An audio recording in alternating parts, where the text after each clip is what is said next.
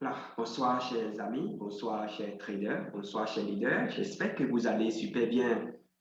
Ce audio, qu'est-ce que je dis là? Ce tuto, je le fais pour amener les jeunes traders, pour amener ceux qui viennent à peine de démarrer euh, le job du trading. Je voudrais juste les amener à savoir comment paramétrer, d'accord, comment paramétrer le plateforme MetaTrader 5 avec derive.com et surtout les indices Crash and Boom. Parce que moi, c'est dans cela que je me suis spécialisé. C'est dans le trading de ces indices-là que je me suis spécialisé et le Forex aussi. Je détiens également deux excellents, je dis bien deux excellents robots qui peuvent vous permettre donc de trader en toute quiétude. Très bien. Retenez ceci. Retenez ceci. Pour ceux qui n'ont pas encore les moyens pour avoir de robots, il faut savoir que vous êtes venu en tant que combattant. Vous êtes sur le ring avec le marché lui-même. Et ne pensez pas que le marché va vous faire cadeau. Jamais. Le marché ne va jamais le marché ne va jamais vous faire cadeau parce que il faut bien savoir que le marché aussi est là pour faire son intérêt. Le marché n'est pas là pour, qu'est-ce qu'on dit là? Pour que vous, là, vous venez ramasser l'argent et partir. Non, ça ne se passe pas comme ça, chers leaders. Donc, soyez informés. Soyez informés et quand vous venez sur le marché, vous devez savoir ce qui vous attend. Parce que quand je prends Derive par exemple, quand je prends FBS, quand je prends XM, quand je prends tous les brokers que vous connaissez, c'est des affairistes. C'est des entreprises qui font des affaires. Et elles ne sont pas là pour vous, là, pour faire, pour vous donner du sourire. Non, mais c'est pour vous faire au contraire pleurer. C'est pourquoi il est important de se faire former. Faites-vous former auprès de ceux que vous connaissez, c'est très important pour ne pas cramer.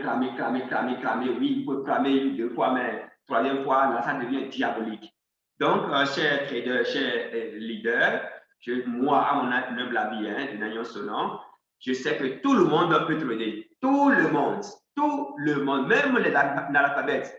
L'analphabète qui a de l'argent, par exemple, et qui achète un robot, parce que moi, je suis convaincu qu'il jette un robot, on lui montre quand est-ce qu'il faut couper, quand est-ce qu'il faut couper les profits, il va le faire. Donc, aujourd'hui, le trading n'est plus une affaire d'élite ou bien non, c'est terminé. Et chacun peut alors créer autant que se peut ses comptes, par ricochet, avoir beaucoup d'argent et, créer, vivre sa vie. Alors, donc, revenons à la question du jour. Ici, lorsque vous ouvrez votre dérive.com, voilà, des trucs du genre peuvent s'afficher. Maintenant, comment organiser votre bureau? C'est de ça qu'il s'agit. Comment l'organiser pour pouvoir bien travailler? Je précise que si vous voulez trader, d'accord, si vous voulez trader, vous auriez besoin de connexion, vous auriez besoin d'un smartphone, d'un téléphone, d'accord, un Android, ou bien, pardon, et d'un portable portatif, d'un PC. C'est très important parce que le PC va vous permettre de faire vos analyses en toute quiétude, surtout lorsque vous êtes sur le forest. Mais avec le dérive aussi, ce n'est pas exclu, c'est même important parce que si vous avez un PC, le PC vous permet de voir clairement le marché. D'accord? Donc, tout ce que les gens disent sur les réseaux sociaux, là, ne les écoutez pas. Vous allez cramer votre compte, vous allez cramer. J'insiste et je dis ceci. Lorsque vous allez sur le marché et par mois, là, sur votre capital, vous réussissez à faire un bénéfice de 10%, dites-vous que vous êtes déjà bon.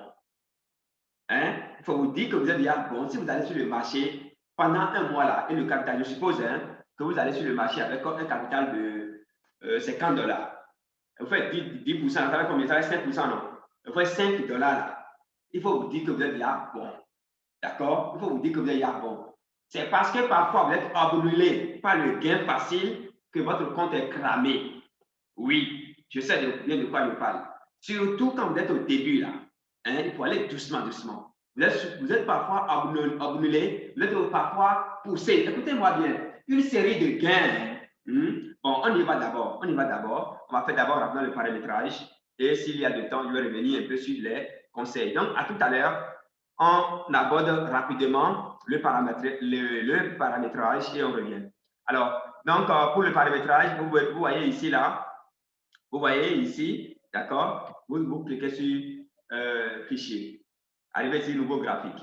D'accord, vous avez tout là. Vous avez le marché volatility, vous avez, etc. Moi, je ne trade pas volatility, non. Ni step NDS, non. Mais moi, je trade catch and boom. Quand de toutes les valeurs que vous avez sur le marché, c'est pour gagner. C'est du dollar, tout le monde fait du dollar. Si on parle de tel indice, on parle de tel devise, et puis vous allez cramer. Spécialisez-vous dans un domaine. Et moi, je pense, à mon humble avis, que boom and crash, non, c'est aussi facile et tout le monde peut maîtriser ces indices-là rapidement. Donc, je vais charger rapidement crash 1000.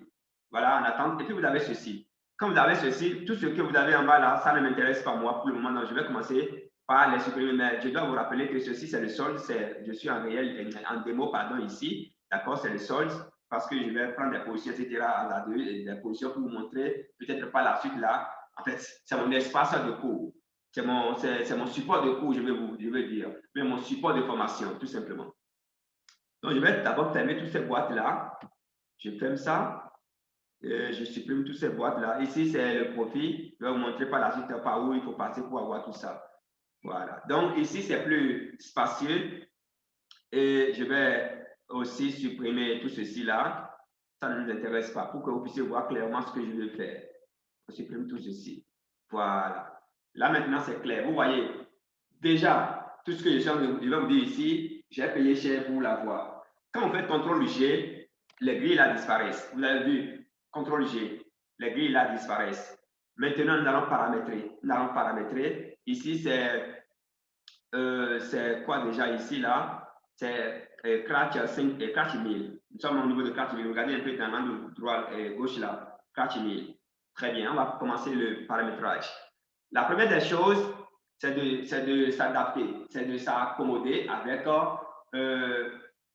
les bougies, les chandeliers japonais. D'accord, les chandeliers japonais. La couleur rouge représente la tendance baissière et la couleur bleue, la tendance haussière. On démarre. Donc, vous cliquez sur le bouton droit de votre clavier, ou bien, en tout cas de votre clavier. Oui, et vous montez comme ça, vous venez ici. Arrivez ici, vous cliquez sur propriété. Quand vous cliquez sur propriété, tout ceci va apparaître. Vous voyez, ici, nous sommes au niveau comment on appelle ça? C'est les bougies qui nous intéressent ici. Un instant, je reviens. Voilà. Donc, vous voyez ici, il y a général, il y a montré, il y a couleur. Je vais commencer par cliquer sur couleur. C'est de ça qu'il s'agit. Arrière-plan, nous avons noir ici. Vous pouvez modifier ça. Moi, je laisse noir parce que c'est toujours bien de garder le noir, surtout nous les Africains. Là, ça ne dérange pas trop nos yeux. Bien. Au premier plan maintenant, là, on peut aussi laisser ça. Il s'agit de ce truc-là. Je prends maintenant bas en rose. Donc, je vais choisir la couleur bleue. Bas en baisse, je choisis la couleur rouge. D'accord? Je choisis la couleur rouge. Bougie en rose, je choisis la même couleur bleue. D'accord? Toutes les roses là, c'est bleu. Toutes les bas, toutes les baisses, pardon, je choisis le rouge. Donc, le rouge ici. Et puis voilà, ainsi, j'ai fait mon paramétrage de l'interface, en fait, des chandeliers japonais. Maintenant, moi,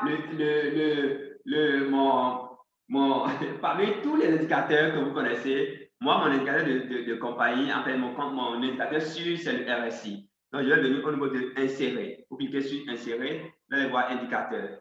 Alors, le RSI, c'est un oscillateur. Vous allez dans oscillateur, vous allez voir le RSI et le Relative Index.